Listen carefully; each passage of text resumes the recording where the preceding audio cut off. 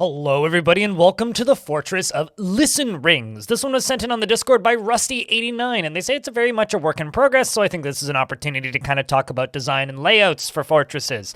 Now they also talk about how this is a Necromancer fortress and it's full of necromancy and other fun things, so we're going to poke into that just a little bit. They say that they're generally waiting for dwarves to die of either stupid means or stress or other things and then using that as an opportunity to resurrect them by simply startling the king, or alternatively they are beginning to work on a chamber to be able to create undead, so maybe we can find that as well. If you would like to send in a fortress for me to have a look at on this series as a community fortress, you can do that via my Discord. Simply jump into the Discord, link is in the description of this video, and go to the DF save sharing room and leave some screenshots as well as a zipped save file alongside of a brief description and permission that I can use it in a video. Otherwise, I will pass over it. Now, for this particular fortress, we're just going to dive in.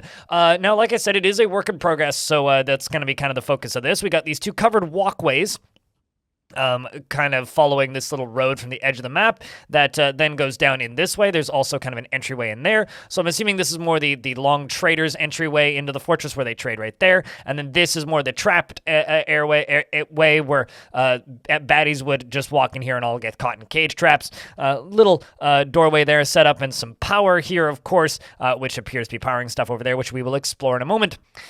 So for now, what we're going to do is we're going to move down this kind of central stairway we've got here. So lots of rock salt I'm seeing, and we've got kind of our first big construction here. And this is what everything is being powered by, a bunch of different mist generators. As you can see, everybody in this fortress is quite ecstatic with their existence, probably due to the large amounts of mist kind of everywhere, and I do mean everywhere. So now we get down to the entryway of the fortress, and wow! I just got a tutorial pop up for opening up zones. I don't think I've seen that in a fortress save file before. We've got this little area right here, just kind of a little a barracks with 4 squads assigned. We've got a garbage dump zone that goes down into here, and then stuff gets crushed. And of course, they get little happy thoughts before they go in there because of the mist being generated. We've got a dungeon as well as dungeon keeper's quarters. I'm assuming captain of the guard's quarters. My bad. We've got a little pit pond area where they throw things in that don't need to live anymore.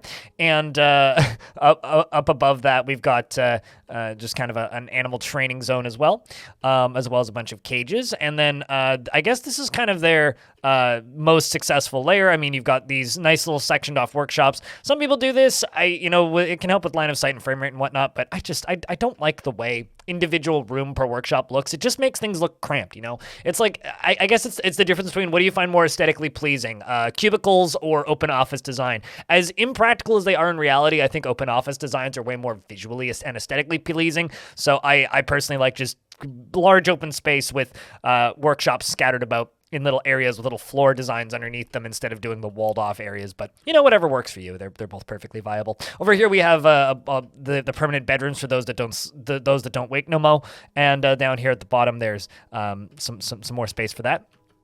Over here we have a fancy little tomb for somebody who's deceased, as well as a beautiful set of like temples over here. I mean, look at this. So this is kind of a neat way of doing temples. These tiny little dedicated temples to different gods with kind of the big kind of generic one. So this is like the no particular deity one.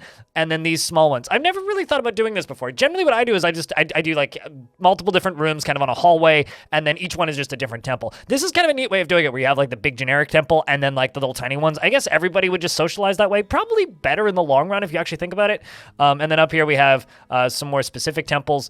As well as some guild halls kind of around the edges, and then a nice little farming area. I feel like in a lot of the videos here, I end up talking about like farming areas that are just way too large. This is like actually like a really good size. So thumbs up to that. Up here we have power, which is powering these millstones here. So if I unpause, you can actually see them spinning because they will power each other. So you only need like the one real power connector up top, and they'll all connect together. We got nice little seed stockpiles, as well as these little milled pots, stockpiles for flour and whatnot, and then kitchens, of course, and a little dining room right here. As we continue to scroll around, there's this library with all these nice moist books. The Constructive Library, I like the name too. Good name. We got, holy crap, 621 books. That is a lot of book. Like, dang. That might actually be the biggest library I've seen in this series so far. Some very small bedrooms, some very small rooms for hospitalization, and then kind of a central operating table area. And then I thought for a second that this dwarf was injured, but nope, just hanging out. Then if we move down a layer, we can see, well, not, if we move over to the right here, we can see a dormitory as well as the Dates of Winding, which is a little tavern. So this is, I think, kind of like the most built portion of this fortress. And then as we start to move down, we start to see these bedrooms. We can see our brewing area right there, as well as the coffins on that side, of course. And then this is where we get to start getting to the like unfinished areas. So we've got bedrooms that still need to be built, or they still need furnishing. And then down a little lower here, we can see space for Baron, and I'm assuming royalty. Let's just double check. Yeah, Kodal the Wise. So this is royalty down here, and it looks like he really wants some buckets. So you might want to make Kodal his buckets, you know what I'm saying? Probably so that he can drown people, because he is a necromancer. And then down here, we got Kodal the Wise's, tomb, of course. And then as things go a little deeper, and a little bit deeper, we can see some levers in different areas, as well as plenty of space that have been to mine stuff out, various resources and whatnot. Then as we go down, we have this little area here, which is kind of your entryway to the caverns. And we got some zombies in here. So look at this faded goblin zombie. Doesn't he look happy? I mean, come on, look at him. He's got his intestines everywhere and everything. He's so excited to see you. He's just like lost the power of his gut. Over here we have some stray elk birds, as well as some locked doors and many traps that are all forbidden, so that stuff's not getting refilled. We've also got, I guess, a defense chicken to spot the invaders, of course. And then as we follow the little stairway down, I think that's about as deep as things go. Yes, that is about as deep as things go into the first cavern layer. So let's poke around just a little bit more and see what else we can find. So they did mention that their king, Kodal the Wise, was a necromancer, meaning something that they're going to work on is a drowning chamber for drowning people. Now, the way that this works is necromancers, to my knowledge, only resurrect undead in this version of the game when they are startled or afraid, and this allows you to get characters like Rovod, the Undead Brewer, in your fortress, which are pretty great because they operate exactly like normal dwarves, except instead of, being living and require sustenance, they don't. They can just exist, which is actually really, really good. They will just run around your fortress. They don't feel anything ever. They don't need to eat or sleep. They don't need to drink, and they can't really die of normal causes. So it gives them a pretty big advantage against normal dwarves. Fun fact about necromancers: necromancers can also be brought back as intelligent undead, just like Shortas the Scholar, Sage Faded Zombie, which is really cool. This is a neat fort. I actually really like this. And they're planning on resurrecting their military. Keep in mind, I don't know if this has changed in this version, but intelligent undead cannot learn skills, so they're basically just like stuck at wherever they died, which can be very good, but can be really bad. So if you're going to try to drown or force certain dwarves into being what's the word? Like in intelligent undead, you want to use dwarves that are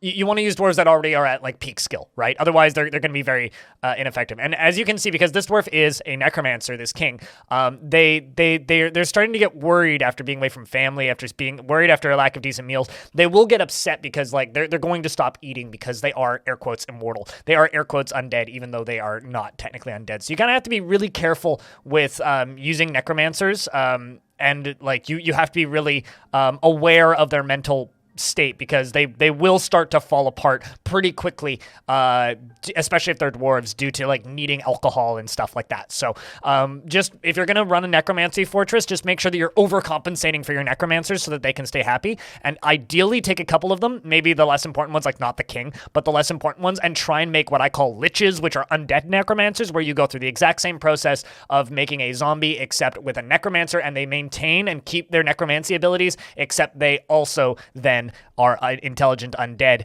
and cannot die of things like thirst or stress. So shoutouts to this king, and I hope that you do cool things with this fortress, and looking forward to seeing some more follow-up screenshots, if possible, later down the line. Thank you very much for watching this video. If you would like to support this video directly, check out my merch store. I just put a bunch of new stickers up there. And if you would like to support me and the stuff that I do, you can do that over on my Patreon, or by jumping over to twitch.tv/BLINDIRL and throwing your Twitch Prime or something like that over there, because that's where I stream 3 to 5 days a week, depending on the week. Thank you very much for watching, and I hope to see you in the next one.